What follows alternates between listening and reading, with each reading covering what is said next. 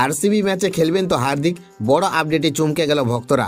বন্ধুরা, আপনারা যদি দেখতে চান তাহলে ভিডিওটি শেষ অবধি দেখতে হবে, চ্যানেলটিকে সাবস্ক্রাইব করে একটা লাইক দিতে হবে এবং নোটিফিকেশন বেল আইকন দাবাতে হবে।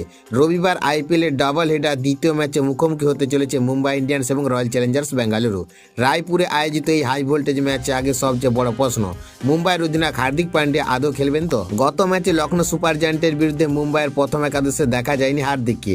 তার জায়গায় দলে নেতৃত্ব দেন সূর্যকুমার যাদব। টসের সময় সূর্য জানিয়েছিলেন চোটের কারণে খেলতে পারেননি হার্দিক। তারপর থেকে শুরু হয়েছে জল্পনা। এদিকে সূর্যকুমার যাদবও সম্প্রতি বাবা হয়েছেন।